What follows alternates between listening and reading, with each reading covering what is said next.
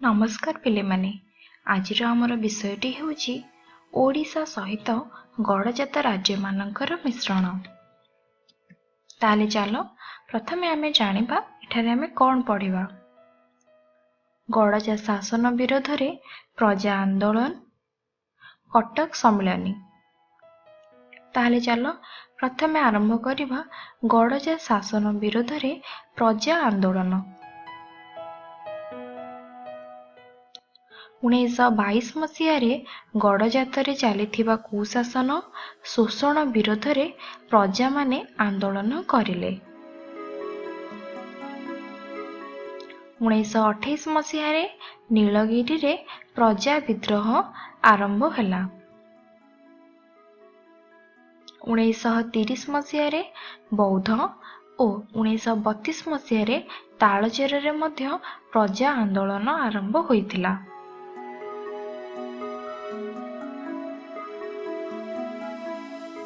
1931 मसीहा जून मास 20 तारिख रे कटक रे ओडिशा गडजात प्रजा सम्मेलन प्रथम अधिवेशन भुवनानंद दासଙ୍କ सभापतित्व रे अनुष्ठित होइथिला।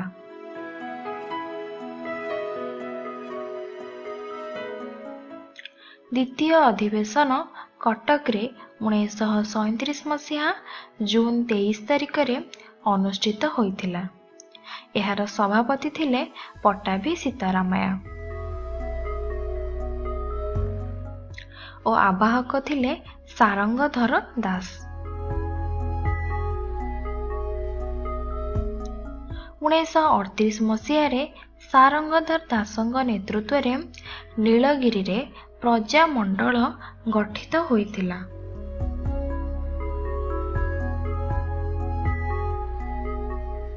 1938 मसीहारे ओडिशा गडजात तदंत कमिटी गठित होइथिला।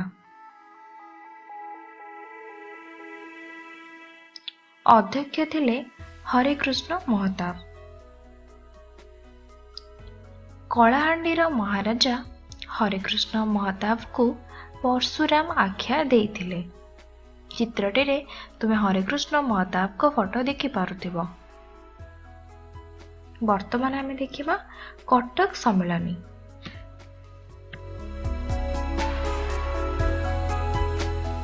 1948 मसीहा जनवरी 1 तारिख रे ओडिशा भाषाभाषी 24 टी गडजात ओडिशा सह मिसिथिला। सढ़ेईकला और खरसुआर मध्यवर्ती अंचल रे अवस्थित मयूरभंज ओडिशा रे न मिसिबारु एही दुई राज्य मध्य प्रत्यक्ष भावे जोगाजोग होई पारिला नाही। तेणु एही दुईटी राज्यर राजा माने सेमानक पूर्वमर्त परिवर्तन करी बिहार सहित मिसिया पई चाहिले। फलरे भारत सरकार 1948 मे मास 18 तारिख रु से दुईटी गडजात को ओडिशा रु काढ़ी नहीं बिहार रे मिसाई देइतिले। मयूरभंज महाराज 1948 अक्टोबर 17 तारिख दिन मिश्रण चुक्ति रे स्वाक्षर करथिले।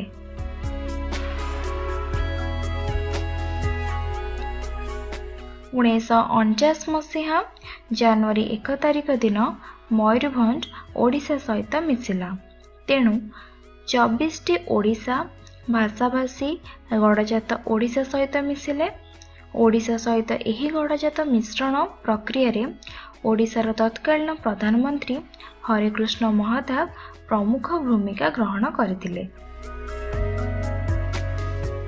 ओडिशा प्रदेश सहित गडजात मिश्रण पर ओडिशार गणतांत्रिक प्रक्रिया गडजात को संप्रसारित हैला। ओडिशा विधानसभा रे आगरु सदस्य संख्या थिले 60।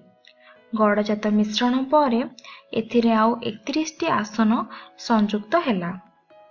ओडिशा विधानसभा रे निर्वाचित सभ्य संख्या हैला 91। 1949 मसीहा अक्टोबर 10 तारिख रे ए समस्त सदस्यों को नहीं ओडिशा विधानसभार अधिवेशन नुआ राजधानी भुवनेश्वर रे अनुष्ठित होइथिला। ଗଡ଼ଜାତ ପ୍ରଜାମାନଙ୍କୁ ସ୍ୱାଧୀନତାର ସ୍ୱାଦ ଚଖାଇବା ପାଇଁ ଗଡ଼ଜାତ ଶାସନ ବ୍ୟବସ୍ଥାକୁ ପ୍ରାଦେଶିକ ଶାସନ ଅନୁରୂପ କରିବାର ପ୍ରଚେଷ୍ଟା ଆରମ୍ଭ ହେଲା। ଏହି ବିଷୟରେ ଆମେ କ'ଣ ଶିଖିଲେ?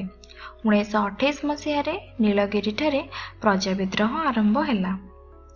1931 ମସିହା ଜୁନ୍ ମାସ 20 ତାରିଖରେ କଟକରେ ଓଡ଼ିଶା ଗଡ଼ଜାତ ପ୍ରଜା ସମ୍ମିଳନୀର ପ୍ରଥମ ଅଧିବେଶନ ଭୁବନାନନ୍ଦ ଦାସଙ୍କ ସଭାପତିତ୍ୱରେ ଅନୁଷ୍ଠିତ ହୋଇଥିଲା। ପରବର୍ତ୍ତୀ ଅଧ୍ୟାୟରେ ଆମେ ପଢ଼ିବା ଗୋଆ ଓ ପୁଡୁଚେରୀର